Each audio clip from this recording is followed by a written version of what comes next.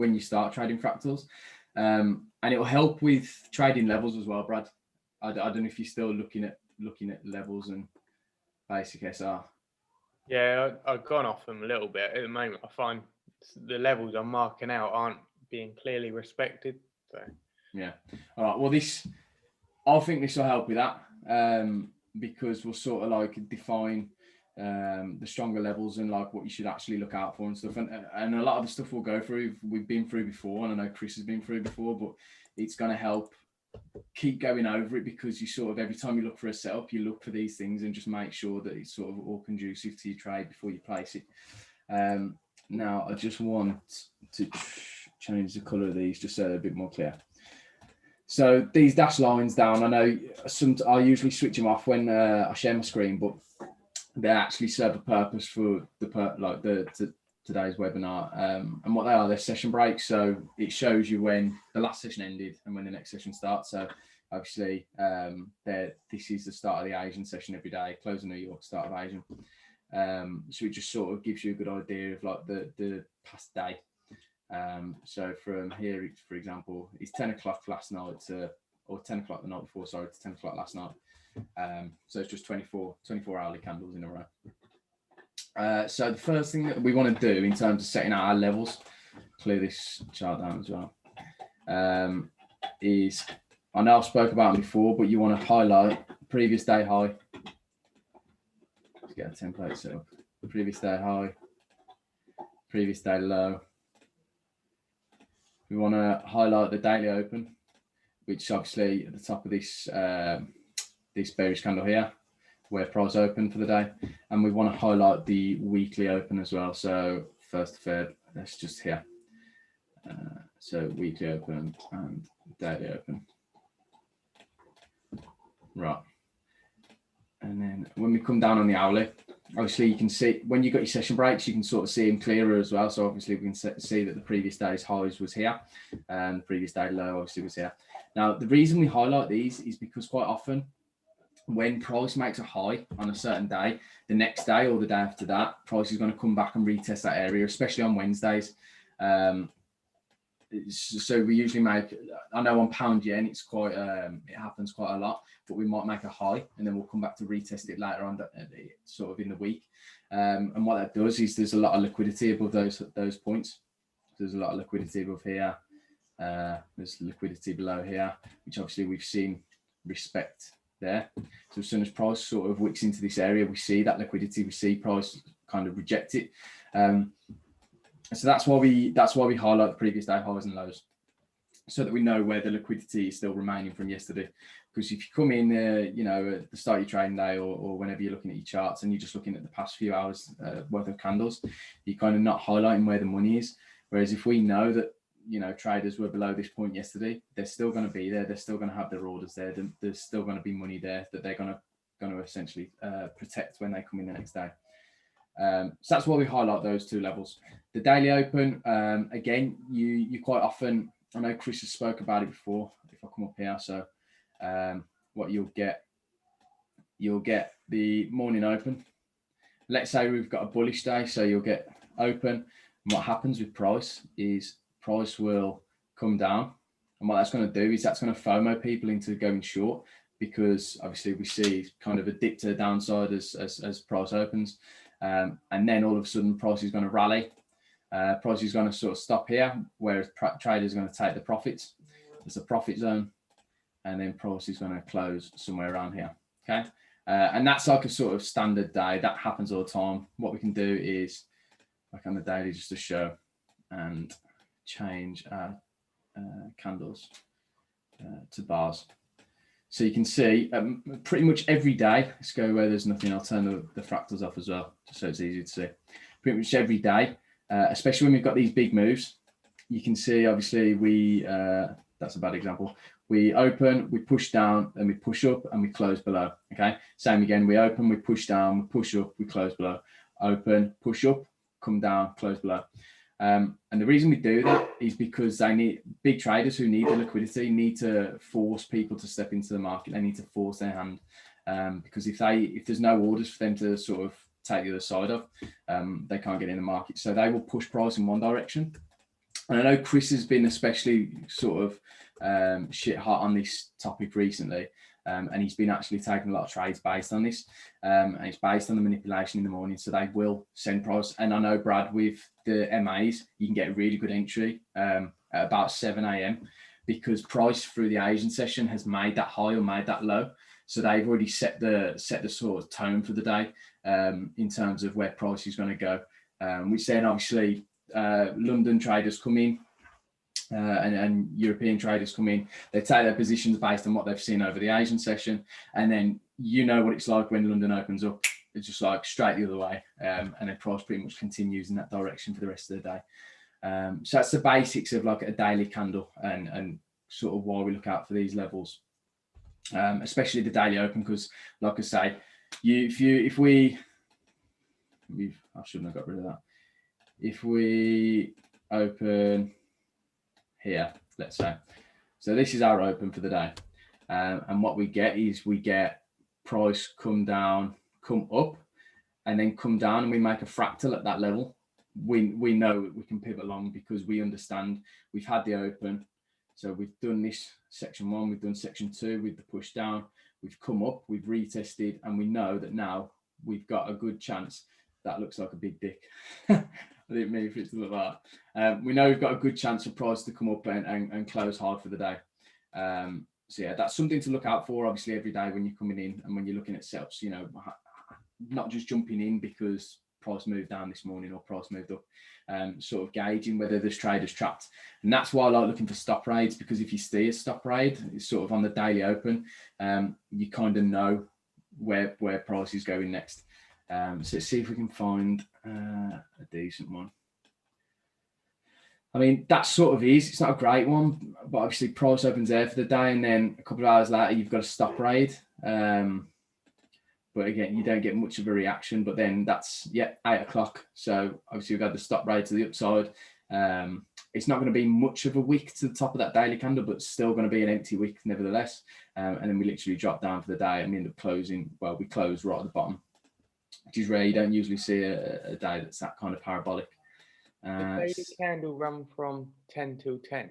Yeah. So at 10 o'clock when the market's closed for the night, that's when the new daily candle sort of opens. Okay, so no, that's not a good example. All right, we'll forget about that for now. But yeah, so let's just turn the session breaks off because I've sort of made my point with that. Okay, so what we want to do when we're picking out our fractals is we don't just want to see, and this is especially sort of prevalent on the lower time frames, like on the 15.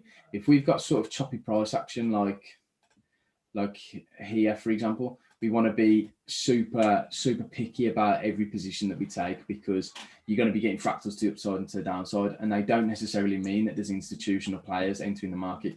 For example, there, for me, it doesn't look great. Yeah, we've got a stop rate of this low, and yeah, it's on a previous day low, but for me, that doesn't look great. We didn't have a good reaction with this stop rate. We didn't break the breaker. Put the fractals back on. We didn't come past the breaker. So for me, this sort of zone of liquidity below the previous day's low, that's kind of it. Yeah, it might hold a support, but that's not a position that I want to take a trade off, because essentially that was phase 1 and we failed to break the high. So I sort of don't want to jump in on that. Ideally, what we want is, let's say we've got a high. This is ideal. So we've got a high, price comes away, spikes up.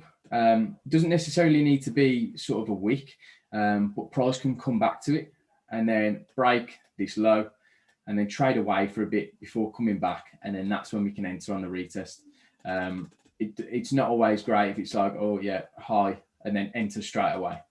That for me is just chop, and I don't really want to be associated with those sort of positions. You're kind of gambling whether it's actually going to go your way or not. Let's see if we can get an example on the 1 minute, because usually the good thing with the 1 minute trades is because price action's so fast, you sort of get these fractals quite often. So here we go. Here's a beautiful one from today. So obviously we've got this low, and you see there's, I mean, relatively speaking, there's not that much time. but on the 1 minute time frame, I mean, it's 3.5 hours, but on the 1 minute time frame, that's a decent amount of time for price to come away from. And so we get the break, market structure break here. You're in on the retest, and then boom, you're straight off. But you see, Jake, you see how it's not a stop raid like straight away, how it's chopped. We've had that move away from the area. We've come back. We've had the raid on the stops. We've sort of breached the liquidity zone here, and then make that a little bit smaller. And then we've shown instantly, and there's literally no drawdown in bullish candles here. We've shown instantly that the move is strong. Because what you got to remember, even just to cause this, I mean, how many ticks is that? So it's only an 11 tick move. That is going to cost somebody hundreds and hundreds of thousands, if not millions, just to create that price movement there. So I know it's not a lot, but that is a big move. And from all this liquidity down here, we know that that's an institutional player. We couldn't make that move, not even trading with £100,000 or whatever. You're never going to make that move. You need to be trading with millions and billions to be making these sorts of moves. And that's why we put so much emphasis on them. That's why I don't like, we don't want to trade every single stop raid that we see. So that, for example, yeah, they might work, but is that really a stop raid? Is somebody raiding a stop 3 minutes after that they've placed an order? You've got to be really picky about these setups. Otherwise, you're just going to get disheartened. Same with any strategy, but obviously we can afford to be picky with these because they work. Does that sort of make sense, Jake? I think what I was saying earlier, I think my problem is I'm going for them too close together, and I'm not waiting for it to form. Yeah. So let me just. Where is it? I want to see what trade it was.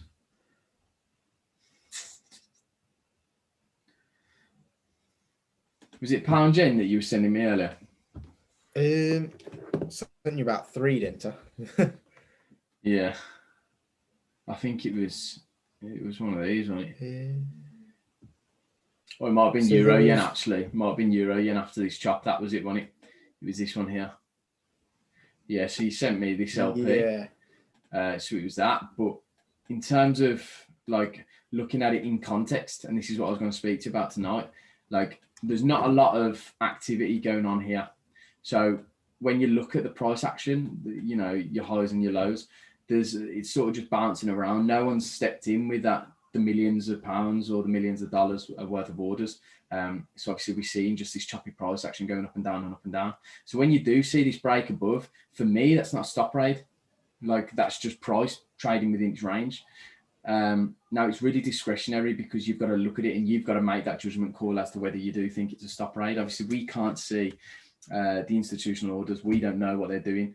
But obviously, with a trained eye, you can sort of make a judgment call on that, whether it is an institutional move or whether price is just ranging. Obviously, price moves based on supply and demand. We know the basic laws of supply and demand. If a lot of people want a currency or an asset, obviously the price will increase. If a lot of people want to sell it, obviously the price will decrease. So for me, there's sort of a balance there between supply and demand, hence why there's no moves to the upside and downside. So for me, that's not a stop raid, although it fits the pattern. Obviously, we've got a breaker, we've got a candle that looks like it's trading stops. And then this example specifically, you've got this high here and this high here in context, and there's going to be liquidity above those highs. So when you're looking at it, and I know it works because obviously we get the break below the breaker here. Well, actually, you wouldn't have got an entry because you'd have missed by people too. But you sort of understand what I mean. You've got to look at the broader picture and sort of the price action before this. If we'd have come into it like this, if we'd have swung into this area and then swung away and come for that stop raid, I would say, yeah, do you know what? That's a decent little sell. But if you're coming in off chop like that, I just don't think it's that high probability. And I think more often than not, you're probably going to see yourself get stopped out. And like I say, some of them might work, but also what you run the risk of if you're entering if this is your price action, you run the risk of coming in, getting tagged then coming up, and it just carries on trading within this range, and it might even come purge on this liquidity above here before shooting lower. And then obviously you're going to be sat there banging your head against the wall because your bias was correct, but you just entered at the wrong time. Yeah. Does that make sense? Yeah. So I think what I've found here is that if you want to go against the trend almost at a level, it needs to be like strong moves that are quite far apart, if you know what I mean. Yeah. But then if you're trading with the trend, they don't need to be as far apart, do they? They happen quite closely. Yeah, so when you go with the trend, they happen sort of all the time, because again, you know what all the retailers are taught is the trend's your friend, go with the trend and all that stuff. So you do get, what the hell is that? You do get a lot of traders who sort of are trading with the trend. So let's say you're in a bearish market. The institutional guys, they need to create liquidity for them to short because there's no buyers for them. So what they do is obviously they manipulate the markets. So they will cause fractals here, there, and everywhere, and that's how we know that it's going further. Whereas, like you say, when you're sort of fading the move, you need that extra confirmation. So, for example, today I put it in the group. Obviously, we had the cross currency divergence. So we had pound dollar, which obviously respected this low here, and then we sort of made a higher low there on the hourly. Whereas on pound yen, we made an equal low and we had a liquidity trap. So you kind of look at that and you think, okay, well, cable's failing to make a low. I know obviously the dollar and the yen are sort of different strengths, they have different purposes. And that's where we can look at dollar yen as I think I mentioned it on a market breakdown last week, looking at cross currency divergences. So then we can compare dollar yen. And if the dollar is stronger than the yen, maybe that'll explain a reason for cable failing to make a new low, and pound yen having that liquidity trap. But if the yen's stronger than the dollar in their respective pair, obviously you know that something's going on and you're going to have a big move somewhere. So that paired with obviously on pound yen, we had respect of the previous daily low. If we'd have had daily ATR down here or something, that for me would have been a sign that we was going to break market structure and sort of start trading to the upside. Now on pound yen on the 15-minute, we did actually break market structure. So technically we have broken market structure, but what it looks like now is that we're going to start trading in a range. Yeah. So we come down, we respected this high here, and then we just started chopping. Now, if we can come down and get sort of form a low here, and then begin to move to the upside, obviously that would indicate that this bearish move is over because we've had the move down, the high, the break above the high, the low, and then that's when, you know, I've spoken about market structure quite a lot recently. That's when we can look to sort of take fractals to the upside. But until for me, until this point is breached now, we're sort of in neutral territory. So I'd like to see that breach before looking to go long. And that's not just this specific pair at this specific time, that's sort of in general.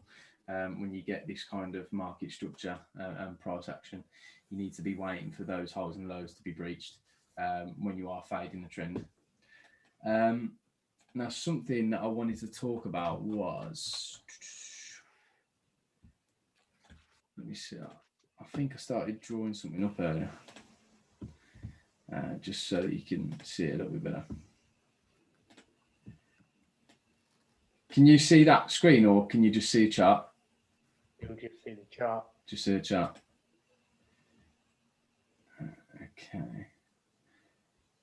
What was it on? Okay, so it was on pound dollar, that's fine. I'll just find it on the actual chart. I like your black candles as well. I wonder where you got that idea from. Probably a scammer. Wait, what are you trying to say? Yeah, here we go. So I want to talk about institutional order flow and sort of the basics of how it works. And I know I've rambled on about it before, but it's so important that you understand this. I sent this over to Jake earlier because I was sort of discussing it with him. But this is literally like the key to understanding why these moves happen. And like I say, I think I've covered it before, but obviously the more times we kind of cover these things, because they're so essential to basic market manipulation and movement, we need to know exactly what's going on. So the institutional players,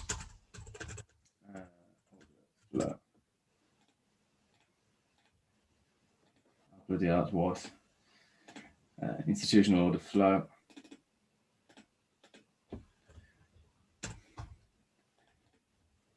We're going to have, they're going to enter 4 orders. This is a general rule of thumb, but it's what we see quite often. And this is how pretty much the backbone of our trading style. So we're going to have 2 short orders, 2 long orders, right? And what they're going to aim for is 1 break even, 3 profit. Is this ringing a bell? You're nodding, but is it ringing a bell? Yeah. Oh, so initially their first order, these guys want to get short here. Okay, so before prices even got to this point, these guys are thinking, okay, I want to go short. You know, we're at a perfect opportunity. Let's move the market. So what happens is, oh, we've gone too far. As these guys are thinking to go short, what they do is they enter order number 1, which is to go long. So they buy up a load. Obviously, we see this massive bullish candle, and what do we know that causes? We know it causes FOMO. We know people can't handle their emotions. People see that, we've broken structure highs, and they start FOMOing in, buying all up here, buying the highs, and sort of wrecking themselves up there. So that's order number 1. So we got order number 1, and then what they do, they sell the top, and they bring price right down. So now they're in 2 orders here. So they're in an order there, and they're in an order down there. Now, if we just whack a profit and loss on, for example, just so that you can sort of see. So they bought there, and they're now in drawdown. They've sold up here. So they're in profit on that. Do you know what? I'm going to get rid of the P&Ls because you can't see because they're all grey. But let's just add some text on so you can see. Okay, so order 1, which was a long, they're now in a loss. Okay, order 2, which is the first short, they're now in profit. Okay, so that's where we are at the minute. So what they do now is they enter order 3. So at this level now, they've entered order number 3, which brings price back up to their original entry of order number 1. So now at this point, order number 1 is no longer in a loss. It's break even, break even. Now order number 2 is also a break even. Order number 3, which is a buy, is closed profit now. Okay, so they bought down at the lows. So they're now at break even for this initial long trade. So they close out of that without any loss, or they may take a little loss. They might take a little profit. All sort of depends where price closes and shifts. They're now at break even on order number 2 because, yeah, we had this parabolic move. They're still in that trade, but price comes back to their entry point. So they're now break even. And then from this buy order that sent price back up to their entry points, they close out of that with a profit. And then comes order number 4, okay? Right there. So they enter order number 4, which is a final order. Final order enters there. Leave that for now. And then we shit ourselves. And price comes back down. And then what you've got then, order 4. Order 4 is now in profit. Order 2's back in profit. Order 1 was closed at break even, and order 3 was closed in a profit. So that's institutional order flow, and you will see this time and time again, the way that they move price back and forth between the ranges that they want to go to. If they want price at a certain price, they will get it there. they have the money to spend and they have the money to protect their orders. And that's why you so often see price come back. I know we have like a little bit of drawdown in sort of the launch pad here, but you don't have much.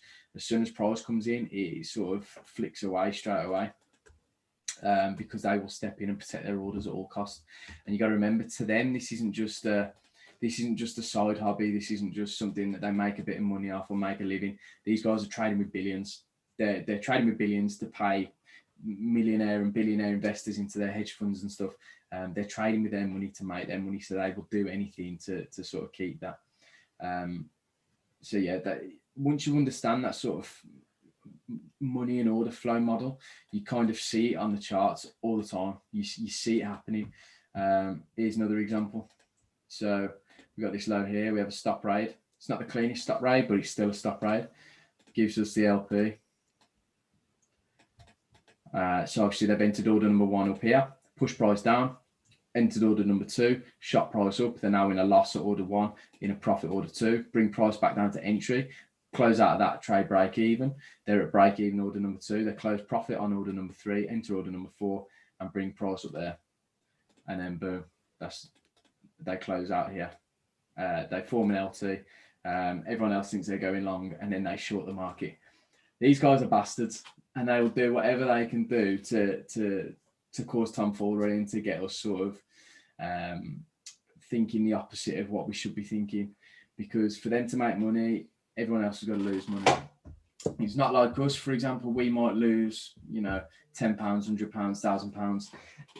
To them, they're, like I say, they're losing millions, hundreds of millions. They're not going to let that happen. And these guys are clever. They're so clever, and you need to understand this way of thinking and operating. We don't want to trade with trend lines. We don't want to trade with stuff like that. I know I always say it, and people give me a bit of stick for it, but it's true. We want to trade based on what we can see on the chart. You don't need things. You don't need indicators and stuff, really. Trading based on liquidity purges that you see. Here we go. Here's another one. You see them everywhere. Like I do. Don't get me wrong. For Ben and Niall, like I do trade strategies with indicators, but this is the bread and butter of what I do. Trade based on liquidity, which is finding areas of high volume on the opposite sort of side of the trade that you're taking. So, for example, here, obviously, we have a stop rate of below this low. So below this low, there is a load of liquidity, which means there's money sat there below this low. Obviously, we purge it here. Again, exactly the same order flow model. Get rid of that. Order 1, break a candle into the stop rate. Order number 2, order number 3, order number 4. It's the same thing time and time again. Now, you haven't got to trade this strategy. Like Brad, I know you don't gel with it, but still understanding this model. You are? Yeah, seeing this, I'm like, oh, so clear. I was doing what Jake was doing and like trying to find them in like 3-minute candles. Like when you see it, you can't unsee it. It's one of them things you just can't. And yeah, some of them aren't as clear. I'm trying to find one that's not as clear. No, you wouldn't have got an entry on that, because some of them aren't. But and they are like, you have to make a judgment call. However, like I say, when you see it, it's just you can't not see it, and it's a difficult strategy to stop trading, because you're basically manipulating the manipulators. You know how they're trading, you know what they're seeing. Here's a good example. Okay, so I mean, this is on the hourly, so there is a bit of time, so it is a little bit different. But for me, that's not a stop rate. Yeah, I mean it is, but I wouldn't look at that and think, oh, we've had a stop rate there. But what we do have is an LP that gets perfectly respected. If that doesn't get you gas, Brad, I don't know what will. Yeah, I'm definitely going to reset my charts in a bit, and it is refresh. It is one of them that it takes a bit of time to spot them, and it is a difficult strategy to get your head around, because you're thinking outside the box. But it's so accurate, and it just works. especially in a trend. Let's see if we can. Let's see what other ones we can spot. So there's one here. So again, it's not the nicest stop rate, and like I say, I prefer. But what you can do on these ones is jump down. Oh, bollocks! I forgot we're on the replay tool, aren't we? You can jump down onto the lower time frames and get a better entry. Because obviously on the hourly it might be. Oh, what is that nasty fib? On the hourly it might be a few candles apart. Sorry, but on the 1 minute, that's going to be like it could be 100 candles apart. So the pattern may be valid down there. So obviously the breaker up here is there. Now, me personally, I would fib that, or I would go try and find an entry on a lower time frame. But again, obviously, you see, you'd have missed the entry initially on the lower time frame, but let's fib it, because that's what I do in live examples to get a better entry. Liquidity is still there, and bang. Oh, it's just, I can't prove its accuracy any sort of more than this. And I'm not cherry picking the examples. You can see it clear as day. We'll go against the trend. And Jake, you see what I mean? What we had a little discussion before when you said, is it better if it's just a wick above the high? It doesn't really matter, but it's discretionary based on how you want to sort of tackle it and what you find. I've found that if we have like a candle close above and a candle close below, or even a couple, it doesn't really matter. They're just accumulating orders. So I wouldn't stress about it too much. But again, there, we could have probably got a 50% fib entry.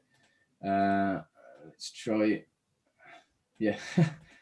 Like the accuracy on that is it's unfathomable. I guess this is where you get the bigger R as well, because mine are just like 1.2 or like 1.5 R. Yeah, so what? That's because I'm just going off like the little ones at the side. And me personally, I like to let these trades run. If I'm going with a trend, I won't set a target.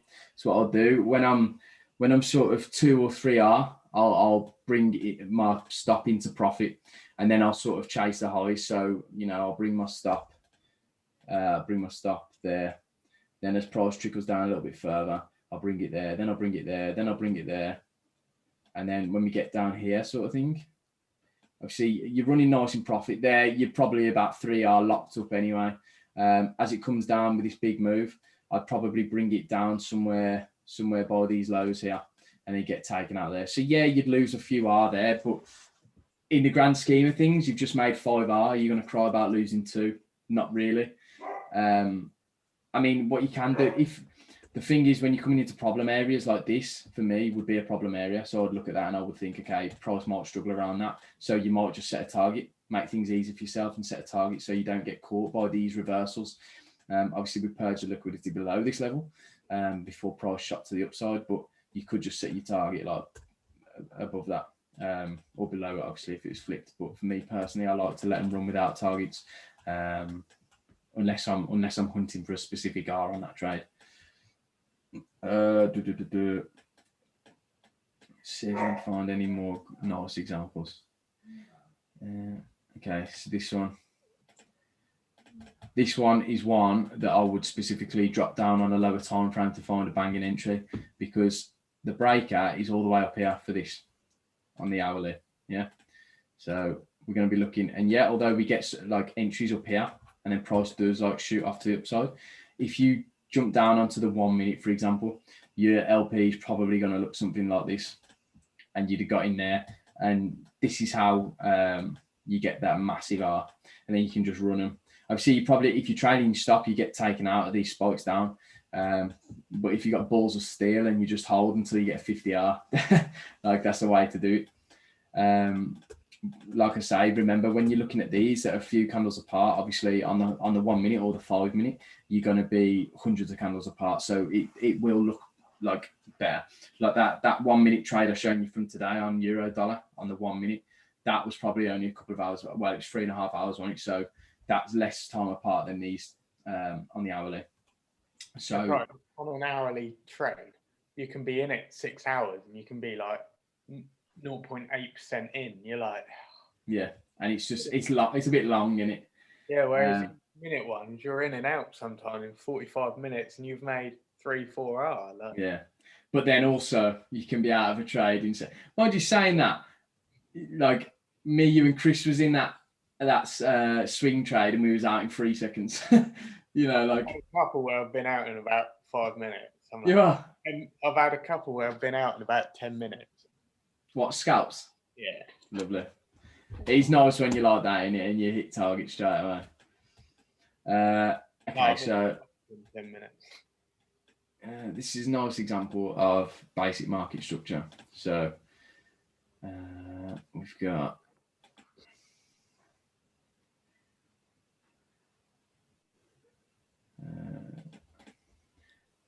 that arrow's quite bad because it's quite thick, but so what we've got here is highs and lows. So this is tricky market structure to trade off because we come up, it looks like, yeah, we're making bullish market structure, and then we break below these lows here. So that's an early indication that if we fail to break above this high, then obviously we're looking that we're going to make a lower high and then a lower low. And I know it's minuscule, but you can actually see we do break above that high. Like we close right above. And I know it's tiny, and yeah, you could technically call that a liquidity purge or a liquidity trap or whatever. But for me, that it's sort of valid until we kind of come up and break it.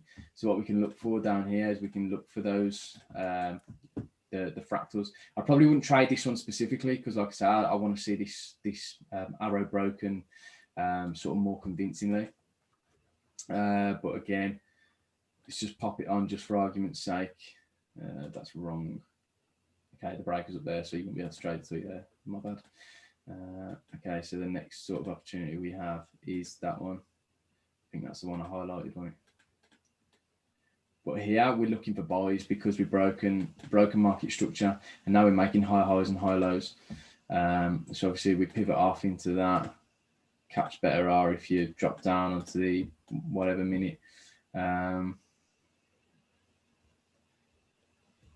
It's pretty dead after there, to be fair. Stop right there. Looks like a bit of a beauty.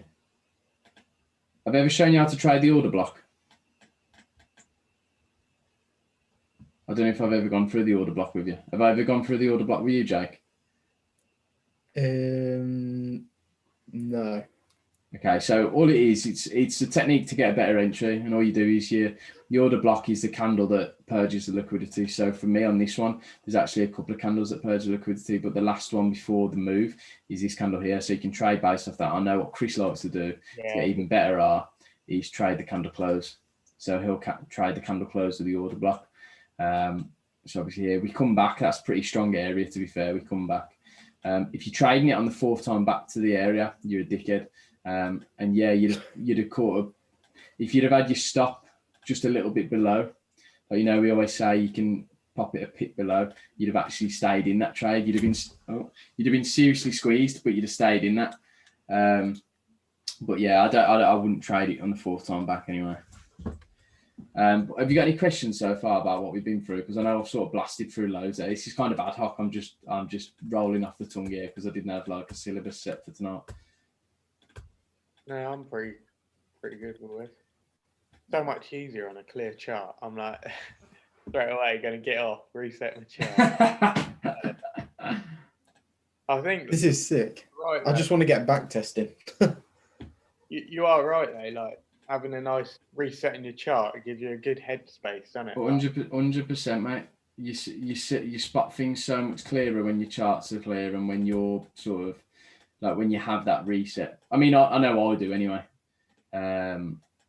Everything becomes more clearer, and yeah, you just know what you're looking at. And remember, all these tests that we've just done, none of them are using the strong levels and stuff. They were just random tests of random levels. We didn't have the previous day highs and lows and stuff on. We was just looking at basic trend, basic market structure.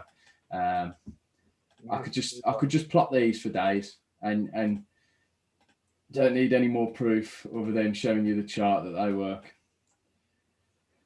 Again, and it's like I say, when you see it, you're not going to stop seeing it. That bottom LP there, This one. How many ticks is that?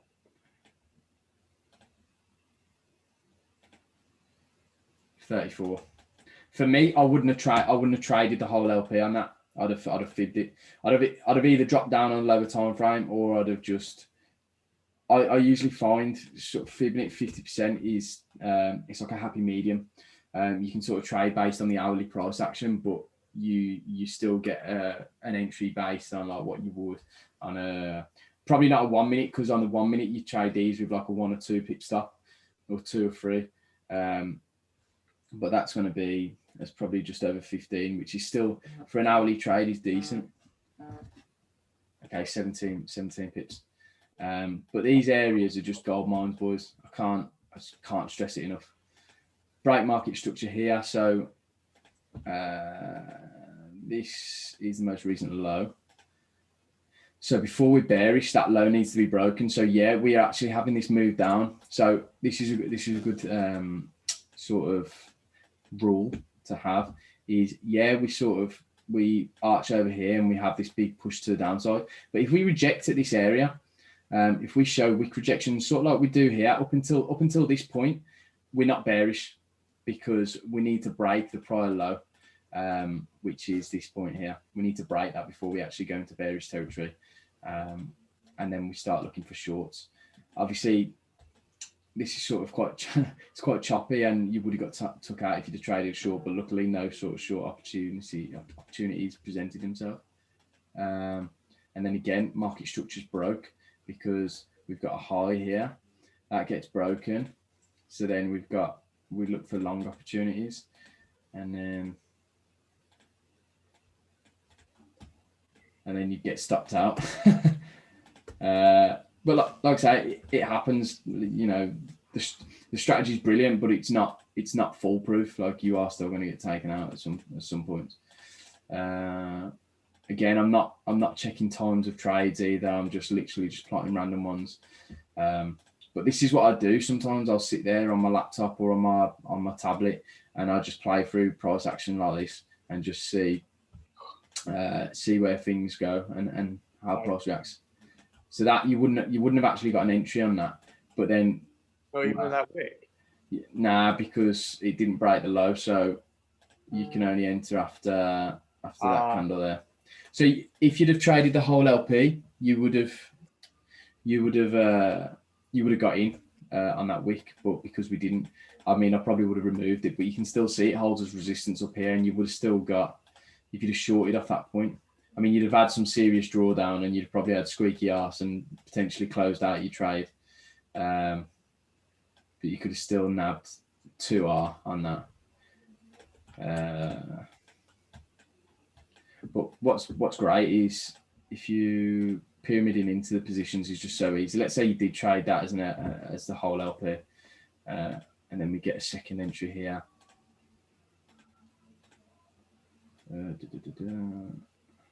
Okay, that's actually the breaker candle there. So close below on this candle, get a second entry there. So now we've got 2 positions running, and yeah, our stops are a little bit wider to account for the fact that we're trading the whole LP. You'd have literally got an instant entry on that second one, but like your R is like massive because you've pyramided into the positions. And then this sort of price action, I've got no words for that kind of thing. And if you trade that as an LP, like what is that? It's just 167 pip LP. But yeah, you see what I mean. Like, you can just pivot into them so easy. Like, literally zero drawdown on that trade.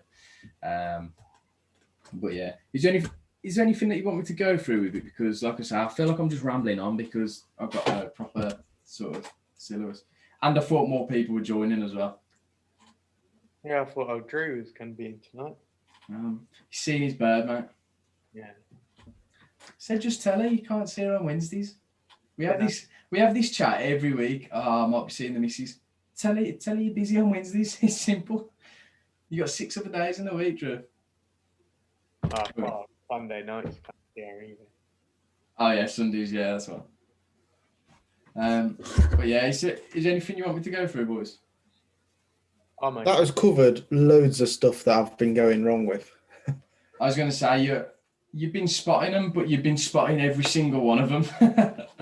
Yeah, they like happen 4 minutes apart, and I'm like, raw, got to get in. Yeah, you've got to judge the institutional moves, and you've got to know when it's them and when it's not them, sort of thing.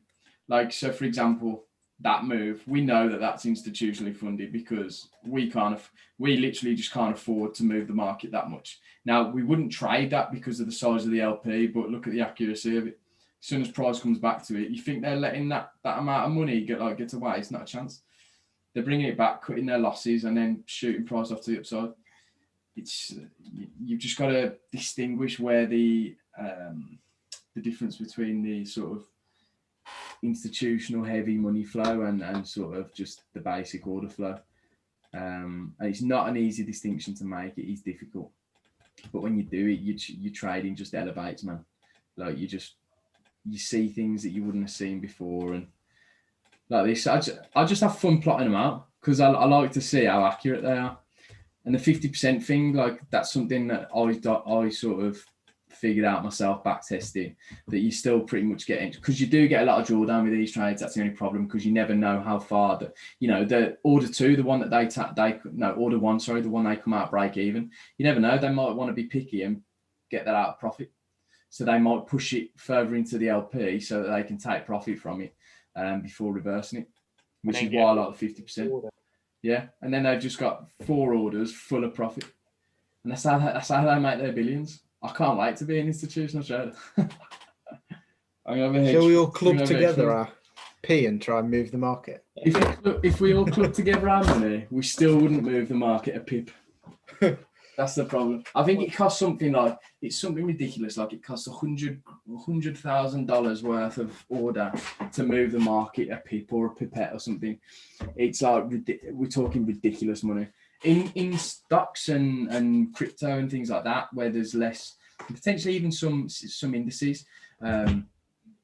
Obviously, the liquidity is lower, the volume's lower, so you can move the market. Like when I sent in that screenshot, didn't I? When I bought a load of that SEER coin, I bought. And you've never really mentioned it. I'm telling you, it moved about 8 ticks. I was in like hundreds of pounds of profit like instantly. I was a market maker, bro. Don't even at me, man. Like, I'm surprised Reddit didn't go against you. Here he is. Just as we're about to close off. Yeah. Oh, see you later then, man. Yeah. All right, boys. I'll catch you all tomorrow. Yeah, great. What the heck? Dude, you joined at 9 o'clock, mate. I know. What do you call this? Where you been, Drew? If you stay with your girlfriend, mate, we're gonna have to take all your profits. What if I said side chick? Does that make it better? No. Depends. Oh. She a 10? I have no excuse apart from she has a nice bum.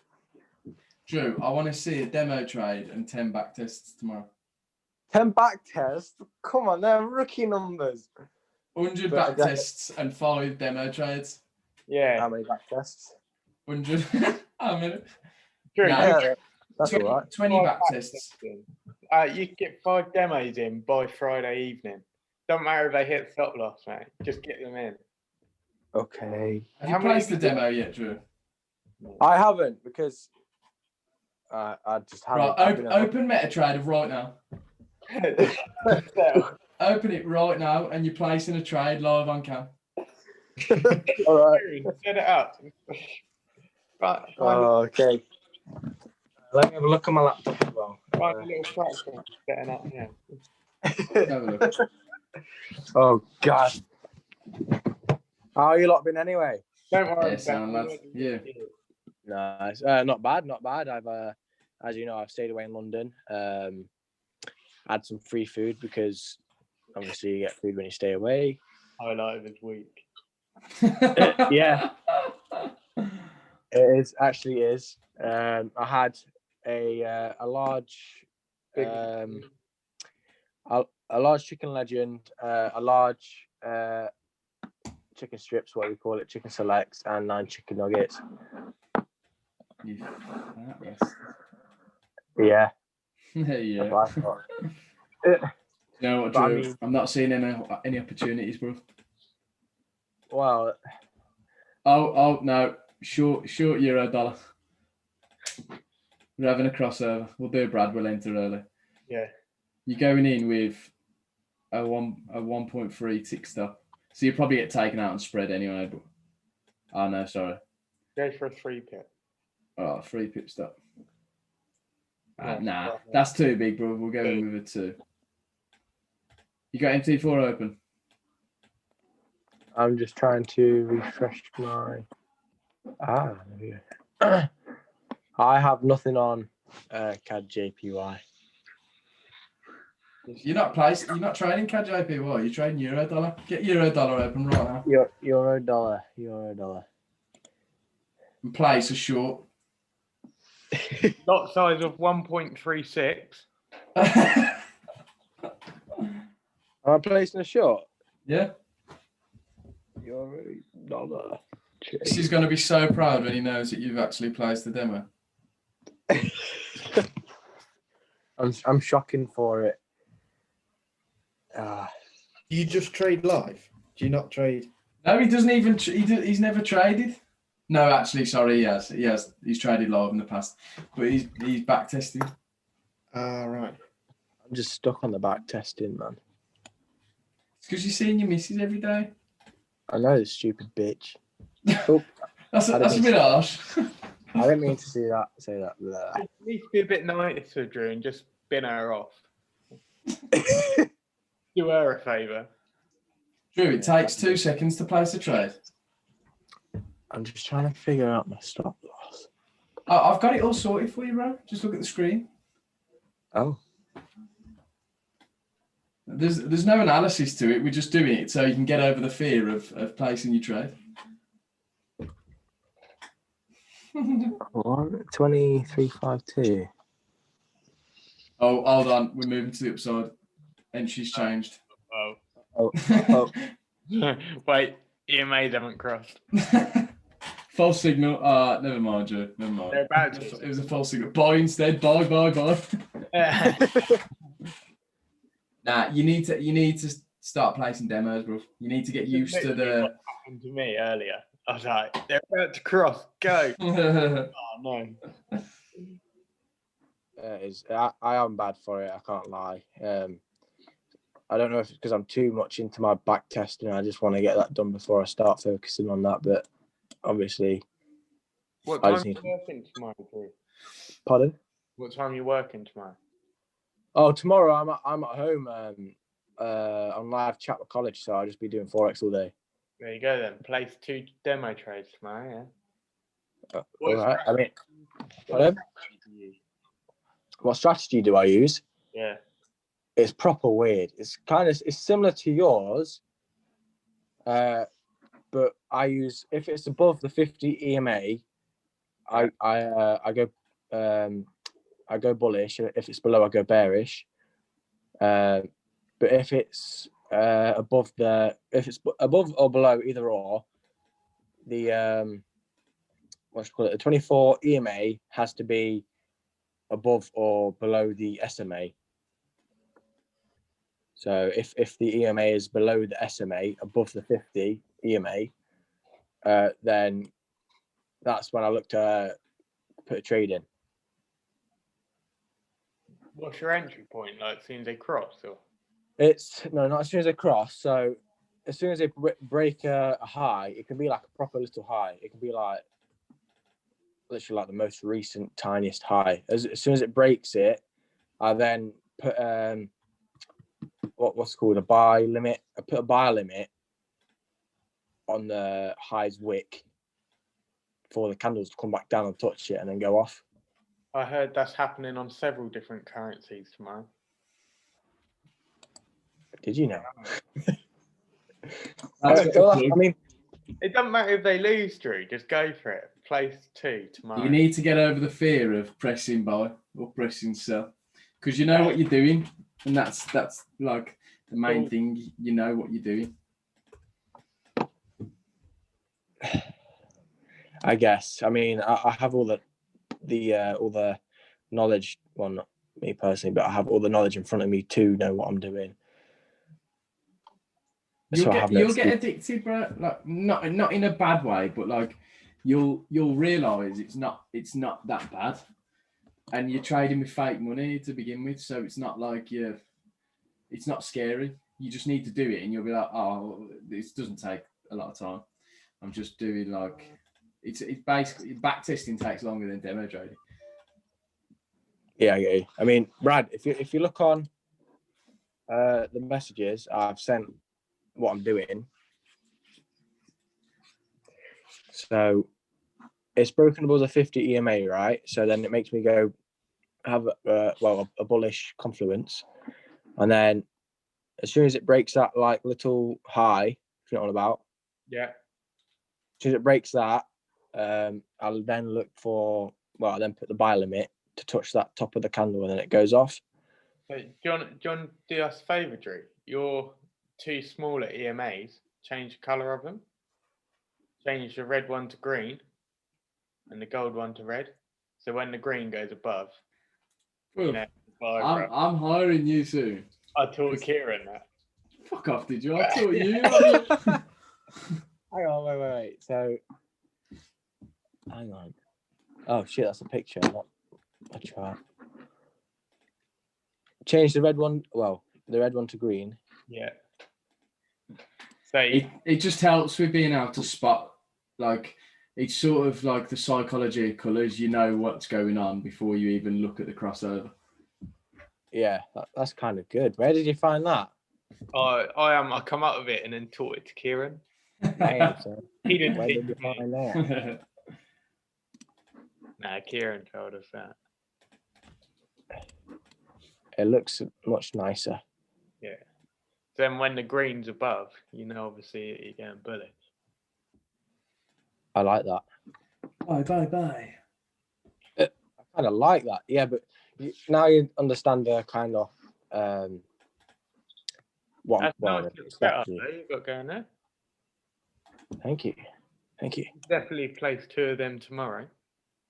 You only trade CAD JPY. I mean, that's pretty much all I've been doing my back tests on, so I might as well bum rate put some more and know its ins and out. And man, I just go back through your CAD JPY chart, but it's just full of P&Ls. I like to delete my drawings on it quite often because I don't like messy charts. So I delete it quite often, but it's a new strategy I'm trying. Oh shit! It's a new strategy I'm trying to work on. So obviously, there's a lot of things that I'm missing out at the moment. Yeah. But I'm trying to find the pip distance away from how far it goes away from the 50 EMA on average before returning. Yeah. So if it's in that bracket, I won't trade bullish or bearish. I know what you mean. It does like to retrace to the 50 a lot, doesn't it? Yeah. I mean, it has to at some point, doesn't it? Kind of like filling the gaps with the the openings, and the weekly open and that daily open, whatever you say. All right. You don't sound too positive about placing these trades tomorrow, Drew. No, what? Sorry. You don't sound too positive about placing these tomorrow. The thing is, I can't promise them because sometimes they just don't develop. But the reason why I come up with a strategy is so it's more often. Because my old strategy, it was decent, but in these current market conditions, it just never occurs. Yeah. So I've had to put that to one side for when the market conditions go back to its normal self. Which I don't think is happening for a long time yet. No, so I might as well give up on that strategy for now. Can I just ask who bought Cardano? Oh, me. You boys owe me a fucking pint or two. It's gone mad, hasn't it? Paid me $1,000 yesterday. What? Scammed the other week. I saw a tweet shared by Elon Musk saying is it Doge or Dodge? Dogecoin. And I was like, oh, I'm on this, mate. So I bought some, and I was like, I don't even have Twitter. I'll see if I can find it online. He never shared that. he's a fan of Dogecoin though. Is It was a crypto that was created by a group of lads as a joke, like years and years and years ago. And they put there was like a meme of a Shiba Inu, which is like a Japanese dog, and they put his face on the coin, and it sort of gained traction from that because people saw it as a joke and was like, oh, let's put money into it, whatnot. And then Elon Musk did tweet about Dogecoin like ages and ages and ages ago. But the Wall Street Bets group pumped Dogecoin. So obviously to milk more money out of it, they started saying like Elon had tweeted about it and stuff like that. Right. Oh yeah, that dog's dead now. Bit archery. It's true. Literally. No, I know what you're about. It's that Oh, dog. mate, Yeah. I am up Okay. like 25 quid or something. Sergeant, you owe me a pint. Hey, fill me on that Cardano. What's happened? Obviously, it's gone up. It's just been powered. I've been saying, bro, for years. I've been saying it's so undervalued. It's by far one of the best like crypto projects out there, and I think I bought some years ago, about 4 years ago. I bought a load at like 0.004 cents, and I sold them all, and put it all towards my house deposit. And then I bought more. I bought a fuck ton more at 8 cents, and it's 44 cents now. But I think I was telling you guys about ADA when it was about 10 cents, 10, 11 cents. Yeah. It's just gone on a mad one the past couple of days. Yeah, last like month or two, it's just been a bit rangy, innit? But the last couple of days, it's just shot up, mate. It's for some reason it's not a very well known crypto, even though it's got the 6th largest market cap in the entire crypto space. But Coinbase, which is obviously the most it's like the largest and most regulated crypto exchange in the world. They haven't got ADA listed to buy, and when it's sort of speculated to come around this year that Coinbase is going to list it, and when they list it, I'm telling you, it is going to fly. It will fly. Telling you. Do you think it could go to like a 10? Whoa! Sorry. You are. Oh, do you think it could go to like a tenner? I wouldn't be surprised if it's $10 by the end of this year. I wouldn't be surprised. I mean, don't take that as gospel because I could be wrong, but I wouldn't be surprised based on what Hoskinson wants to do. The project owner or the owner of Cardano, his aim is to get $100 trillion market cap. No, $1 trillion market cap, not $100 trillion. There's not even that much money in the world. Well, there is, but he wants to get $1 trillion market cap. Everything this guy says he's going to do, he does. And if it gets to $1 trillion market cap, it's going to have a value of $7.30 something. So based on the money that's entering the crypto space now, I would say it's not out of the realms of possibility to hit $10 Cardano by the end of the year, if we carry on how we're going. Yeah. But you never know. Let's put it into perspective. So, I'll buy you 2 pints if that happens. you owe me a trip to bloody Dubai, mate. If that happens.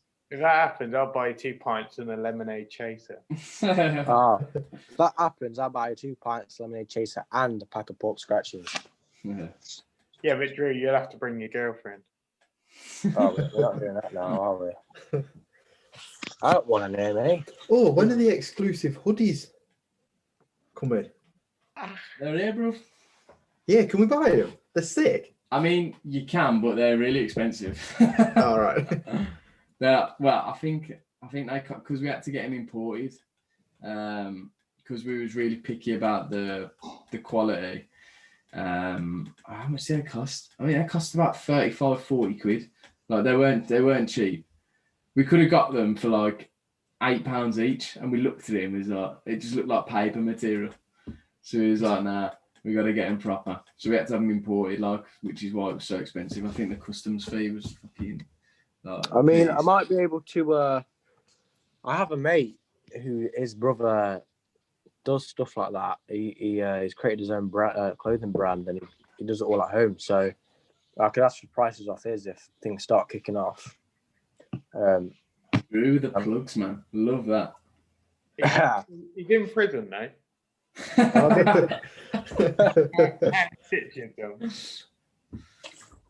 Well, he's asked me to do to have a look at some bits plumbing wise around his house. So what I can do is say, look, I'll do it on the house, but under one condition: you return the favour.